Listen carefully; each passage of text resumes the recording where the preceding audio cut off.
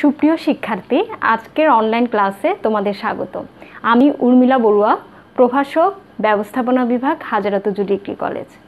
শিক্ষার্থীরা, তোমরা যারা অনার্স 4th ইয়ারে আছো, আমি তোমাদের গতকালের ক্লাসে ফাইন্যান্সিয়াল ম্যানেজমেন্ট সাবজেক্টের first chapter goals and functions of finance এই চ্যাপ্টারের কিছু বিষয়ের উপর পাঠদান করেছিলাম।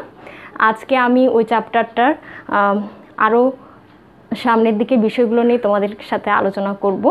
প্রথমে আসা যাক, গতকালের ক্লাসে আমরা কি জেনেছিলাম। গতকালের ক্লাসে আমরা জেনেছিলাম যে what is finance, what is business finance, what is financial management, এবং আমি তোমাদেরকে প্রিন্সিপালস অফ ফাইন্যান্সিয়াল ম্যানেজমেন্ট অর্থাৎ ফাইন্যান্সিয়াল ম্যানেজমেন্টের যে নীতিগুলো আছে তার মধ্যে 5টা গুরুত্বপূর্ণ নীতি নিয়ে গতকালের ক্লাসে আলোচনা করেছিলাম। এখন আমি আজকের ক্লাসে এর পরবর্তী অর্থাৎ 5-এর পরে 6 থেকে বাকি কিছু গুরুত্বপূর্ণ প্রিন্সিপালস অর্থাৎ নীতি নিয়ে ফাইন্যান্সিয়াল ম্যানেজমেন্টের আলোচনা করব। প্রথমে আসা যাক 6 নম্বর যে নীতিটা, সেটা হলো পারফরমেন্স মেজারমেন্ট। একটা কোম্পানি নিজেদেরকে হাই পারফর্মিং অর্গানাইজেশন হিসেবে মার্কেটে সাস্টেন করার জন্য অর্থাৎ মার্কেটে হাই পারফর্মিং অর্গানাইজেশন হিসেবে নিজেদের অবস্থানকে ধরে রাখার জন্য কন্টিনিউয়াসলি তার প্রোডাক্টিভিটি যেটা উৎপাদনশীলতা সেটাকে বৃদ্ধি করার চেষ্টা করে। কিসের মাধ্যমে? তাদের বিজনেস কার্যক্রম এবং এমপ্লয়িদের যে প্রোডাক্টিভিটি সেটাকে ইমপ্রুভের একটা প্রচেষ্টা তারা চালায়। এক্ষেত্রে দেখা যায় তারা পারফরমেন্স অ্যানালাইসিস এবং কাস্টমারের ফিডব্যাক এগুলোর মাধ্যমে এই প্রোডাক্টিভিটি ইমপ্রুভমেন্টের প্রসেসটা ফলো করে, যেটা ফাইন্যান্সিয়াল ম্যানেজমেন্টের একটা অন্যতম নীতি। পরবর্তী যেটা আসছে সেটা হচ্ছে ইন্টারনাল কন্ট্রোল। একজন ফাইন্যান্সিয়াল ম্যানেজার তার ফাইন্যান্সটাকে কন্ট্রোলে রাখার চেষ্টা করে। কী জন্য করে? যাতে অ্যাসেটটা কখনো কোনো ক্ষতির সম্মুখীন না হয়, অর্থাৎ কোম্পানির অ্যাসেটটাকে প্রোটেক্ট করার জন্য ফাইন্যান্সিয়াল ম্যানেজার ইন্টারনালি ফাইন্যান্সটাকে কন্ট্রোলের চেষ্টা করে। পরবর্তী যে প্রিন্সিপালসটা আসছে সেটা হচ্ছে কম্পিটিটিভ মার্কেট। শিক্ষার্থীরা, তোমরা জানোই মডার্ন যে মার্কেটটা আছে আসলে সেটা হচ্ছে অনেক হাই একটা কম্পিটিটিভ মার্কেট। এখানে তোমার ইনভেস্টর হিসেবে খুব ভালো একটা ইনভেস্টমেন্টের খাত খুঁজে বের করা, মানে প্রফিটেবল একটা প্রজেক্টকে ফাইন্ড আউট করাটা, এটা হচ্ছে একজন ফাইন্যান্সিয়াল ম্যানেজারের জন্য একটা বড়সড় চ্যালেঞ্জ। এক্ষেত্রে ফাইন্যান্সিয়াল ম্যানেজমেন্টটা এই চ্যালেঞ্জটা মোকাবেলার ক্ষেত্রে সবচেয়ে বড় ভূমিকা পালন করে, অর্থাৎ প্রফিটেবল ফান্ডগুলোকে খুঁজে বের করে, যেটা ফাইন্যান্সিয়াল ম্যানেজমেন্টের আরেকটা গুরুত্বপূর্ণ নীতি। সুপ্রিয় শিক্ষার্থীরা, পরবর্তী নীতিটা তোমরা দেখতে পাচ্ছ, প্রিন্সিপালটা এফিশিয়েন্ট ক্যাপিটাল মার্কেট। ক্যাপিটাল মার্কেটে অনেক কম্পিটিটর কিন্তু ক্যাপিটাল মার্কেটে কম্পিট করে। এই কম্পিটিটররা এফিশিয়েন্টলি তাদের প্লেটা রোল করে এবং তারা দেখা যাচ্ছে প্রত্যেকে খুব স্বাধীনভাবে অর্থাৎ ইন্ডিপেন্ডেন্ট ওয়েতে তারা তাদের রোল প্লে করে।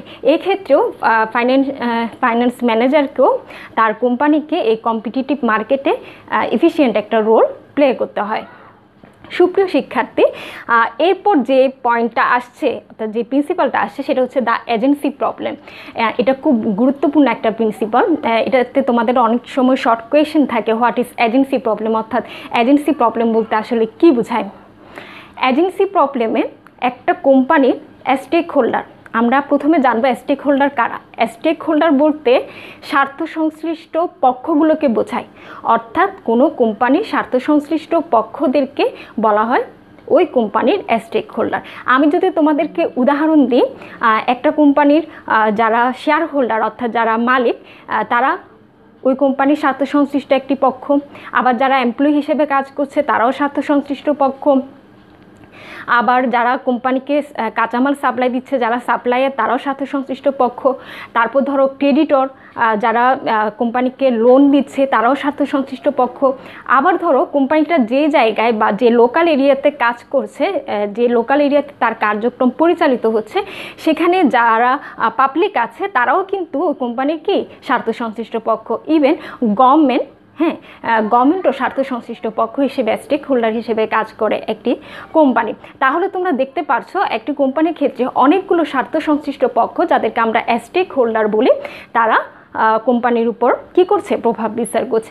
এই স্টেক হোল্ডারদের মধ্যে যদি কোনো একটি পক্ষের স্বার্থের সাথে অর্থাৎ কোনো একটি পক্ষের ইন্টারেস্টের সাথে অন্য কোনো একটা পক্ষের ইন্টারেস্ট অর্থাৎ স্বার্থের কি দ্বন্দ্ব দেখা দেয় অর্থাৎ কনফ্লিক্ট দেখা দেয়, তখন যে প্রবলেমটা অ্যারাইজ হয় সেটাকে আমরা বলবো এজেন্সি প্রবলেম।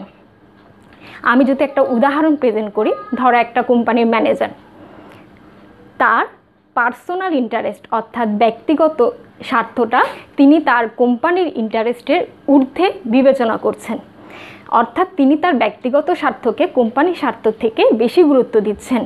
ম্যানেজার হিসেবে কিন্তু তিনি এমপ্লয়ি, তিনি কোম্পানির কি একজন স্টেক হোল্ডার। তিনি নিজস্ব ব্যক্তিগত স্বার্থকে যখন কোম্পানির স্বার্থ থেকে বেশি গুরুত্ব দিবেন, স্বাভাবিকভাবে কোম্পানির স্বার্থের সাথে তার ব্যক্তিগত স্বার্থের একটা কি দেখা দিবে, দ্বন্দ্ব দেখা দিবে, কনফ্লিক্ট দেখা দিবে। এই ক্ষেত্রে যেটা অ্যারাইজ হবে সেটাকে আমরা বলছি কি দ্য এজেন্সি প্রবলেম। এই ধরনের এজেন্সি প্রবলেমগুলোকে মিটিগেট করার জন্য অর্থাৎ কমানোর জন্য ফাইন্যান্সিয়াল ম্যানেজমেন্ট গুরুত্বপূর্ণ ভূমিকা পালন করে, অর্থাৎ ফাইন্যান্সিয়াল ম্যানেজমেন্ট সেই পথটা খুঁজে বের করে কিভাবে এই ধরনের এজেন্সি প্রবলেমগুলোকে সলভ করা যায় অর্থাৎ সমাধান করা যায়। তাহলে দেখতে পাচ্ছ কিভাবে দ্য এজেন্সি প্রবলেম ফাইন্যান্সিয়াল ম্যানেজমেন্টের একটা গুরুত্বপূর্ণ নীতি হিসেবে কাজ করছে। সুপ্রিয় শিক্ষার্থীরা, এরপর যে প্রিন্সিপালটা আসছে সেটা হচ্ছে ট্যাক্সেস বায়াস বিজনেস ডিসিশন। এই ক্ষেত্রে ফাইন্যান্স ম্যানেজার ট্যাক্স রিলেটেড বিভিন্ন বিজনেস এক্সপেন্সগুলোকে কাউন্ট করে এবং এগুলোর উপরে ভিত্তি করে তিনি বিজনেস ডিসিশনগুলো নিয়ে থাকেন। শিক্ষার্থীরা, এরপর যেটা প্রিন্সিপাল আমরা দেখতে পাচ্ছি সেটা হচ্ছে all risk is not equal. হাতের 5টা আঙ্গুল যেমন সমান নয়, ঠিক একইভাবে একটা বিজনেসের যে রিস্কগুলো আছে তার প্রত্যেকটা রিস্ক কিন্তু সমান নয়। রিস্ক বলতে আমরা তো সাধারণত বুঝি একজন ইনভেস্টর হিসেবে যে ইনভেস্টগুলো করছে সেই ইনভেস্টগুলোকে আমরা কি বলবো, রিস্ক বলবো। এক একটা প্রজেক্ট যে হাতে নিচ্ছে কোম্পানিগুলো, সেই প্রজেক্টটা হাতে নেওয়া মানে এক একটা রিস্ক হাতে নেওয়া। এই রিস্কগুলোর মধ্যে দেখা যায় কিছু রিস্ক অনেক ডাইভার্সিফাইড হয় অর্থাৎ বৈচিত্র্যময় হয়, আবার কিছু রিস্ক দেখা যায় তেমনটা নয়। তো এই ধরনের অনেকগুলো রিস্ক যখন একটা কোম্পানি নিয়ে থাকে তখন রিস্কের যে পোর্টফোলিওটা হয় এই ডাইভার্সিফাইড এবং নন ডাইভার্সিফাইড রিস্কের মধ্যে সেই রিস্কটা দেখা যায় বৈচিত্র্যময় হয়ে ওঠে এবং এই পোর্টফোলিওর মধ্য দিয়ে ওই ফাইন্যান্সিয়াল ম্যানেজমেন্ট চেষ্টা করে প্রফিট অর্জনের। সুপ্রিয় শিক্ষার্থী, এরপর যে প্রিন্সিপালসটা আসছে ফাইন্যান্সিয়াল ম্যানেজমেন্টে সেটা হলো ইথিক্যাল বিহেভিয়ার। খুবই গুরুত্বপূর্ণ একটা অংশ ইথিক্যাল বিহেভিয়ার।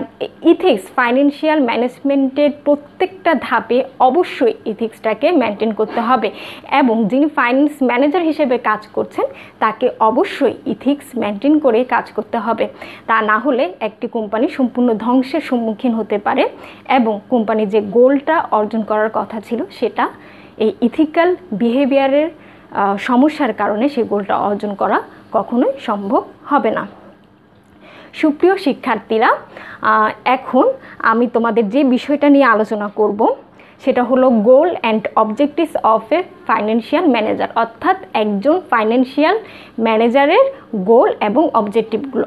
এটা খুবই গুরুত্বপূর্ণ একটি বিষয়। আমি তোমাদেরকে লিখে দিচ্ছি, দেখাচ্ছি লিখে।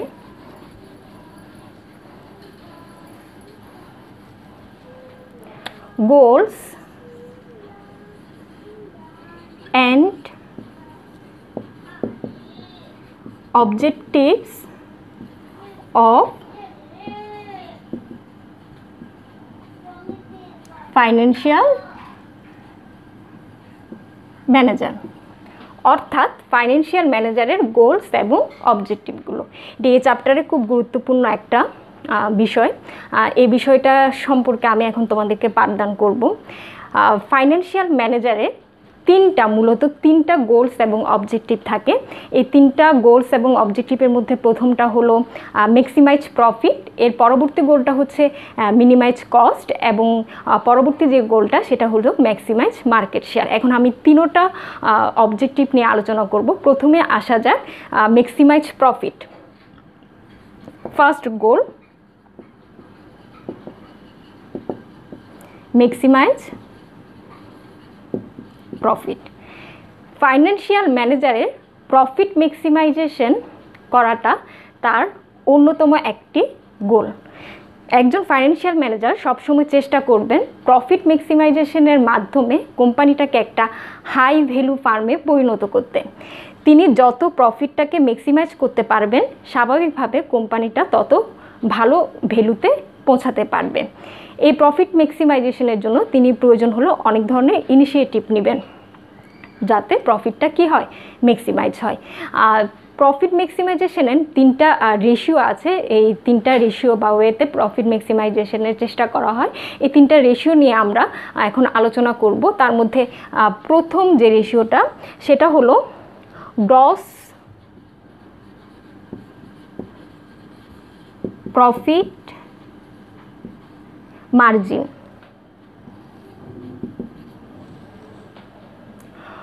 গ্রস প্রফিট মার্জিনে যেটা করা হয়, প্রফিটটাকে কাউন্ট করা হয় কোম্পানির যে সেলস কস্ট আছে, অর্থাৎ কস্ট অফ সেলস অথবা কস্ট অফ গুডস সোল্ড, এই কস্টের উপরে যে প্রফিটটা হয় সেটার ভিত্তিতে যে রেশিওটা করা হয় সেটাকে আমরা বলবো গ্রস প্রফিট মার্জিন।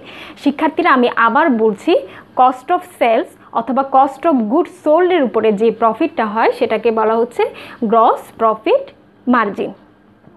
শিক্ষার্থীরা, এই ক্ষেত্রে একজন ম্যানেজার যেটা করবেন প্রফিটটাকে ম্যাক্সিমাইজ করার জন্য, সেটা হচ্ছে তিনি প্রোডাকশন কস্টটাকে কমানোর চেষ্টা করবেন।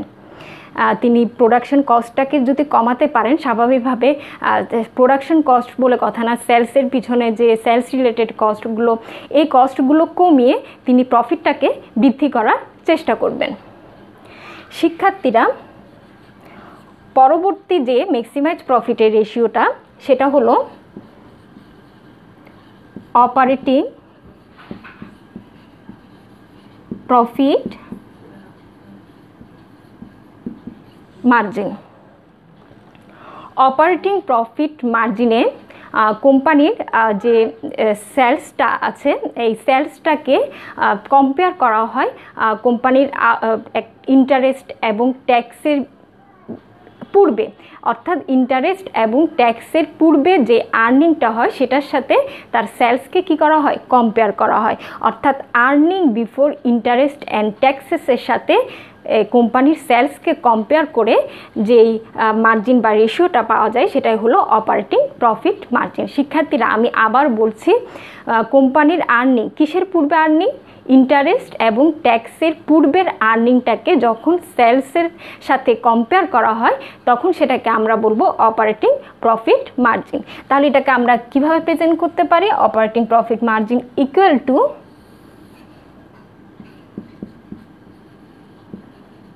Earning before interest and taxes, যেটাকে সংক্ষেপে বলা হয় EBIT ডিভাইডেড বাই সেলস। তাহলে earning before interest and taxes যখন সেলসের সাথে কম্পেয়ার করা হচ্ছে তখন যে রেশিওটা পাচ্ছি সেটা হলো অপারেটিং প্রফিট মার্জিন। এক্ষেত্রে কোম্পানির ফাইন্যান্সিয়াল ম্যানেজার চেষ্টা করবেন অপারেটেড রিলেটেড বিজনেস কস্টগুলোকে তিনি কন্ট্রোলে রাখার এবং এগুলোকে কমানো। সুপ্রিয় শিক্ষার্থী, 3 নম্বর যে প্রফিট মার্জিনটা আছে, ম্যাক্সিমাইজ প্রফিট মার্জিনটা, সেটা হলো net profit margin. Net profit মার্জিনে নিট যে প্রফিটটা হয় আফটার ট্যাক্স, অর্থাৎ ট্যাক্স পে করার পরবর্তী যে প্রফিটটা কোম্পানি পেয়ে থাকে সেটাকে সেলসের সাথে কি করা হয়, কম্পেয়ার করা হয়। সেলসের সাথে যখন কম্পেয়ার করব তখন আমরা যেটা পাবো সেটাই হচ্ছে নিট প্রফিট মার্জিন রেশিও।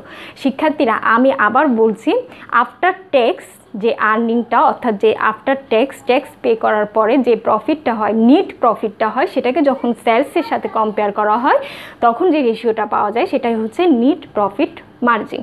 তাহলে আমরা এটাকে প্রেজেন্ট করতে পারি net profit after taxes divided by sales. শিক্ষার্থীরা আমরা তাহলে 3টা প্রফিট ম্যাক্সিমাইজেশনের রেশিও নিয়ে আলোচনা করে ফেললাম।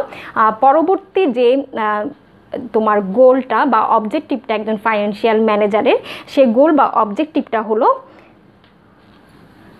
Minimise cost. আমি লিখে দিচ্ছি, সেকেন্ড গোল বা অবজেক্টিভটা হলো মিনিমাইজ কস্ট। একজন ফাইন্যান্সিয়াল ম্যানেজার চেষ্টা করবেন কিভাবে তিনি কস্টটাকে মিনিমাইজ করবেন, এটা তার একটা প্রধান গোল বা অবজেক্টিভ। কেন বলছি কস্ট মিনিমাইজটা তার একটা অন্যতম গোল? কারণ তিনি যত কস্টটাকে মিনিমাইজ করতে পারবেন স্বাভাবিকভাবে তার প্রফিট তত কী পাবে? বৃদ্ধি পাবে, অর্থাৎ কোম্পানির প্রফিট তত বৃদ্ধি পাবে।